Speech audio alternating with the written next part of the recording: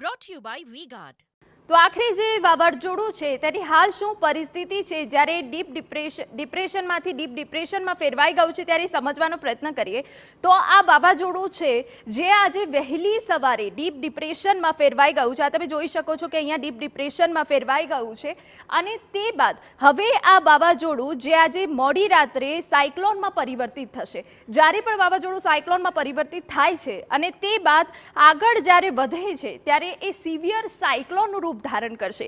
જ્યારે આ વાવાઝોડું સિવિયર સાયક્લોનનું રૂપ ધારણ કરશે ત્યારે 130 કિલોમીટરની ઝડપથી તે આગળ વધશે.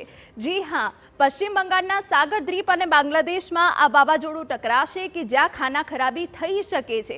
અને હાલ જો આ વાવાઝોડાની સ્થિતિ જાણવાનો પ્રયત્ન કરીએ તો હાલ જ્યારે સિવિયર સાયક્લોન જે રીતે આગળ વધી રહ્યું છે, ડીપ ડિપ્રેશનમાં તો ફેરવાઈ ગયું છે, ત્યારે 8 કિલોમીટર પ્રતિ કલાકની ઝડપથી હાલ આ વાવાઝોડું આગળ વધી રહ્યું છે.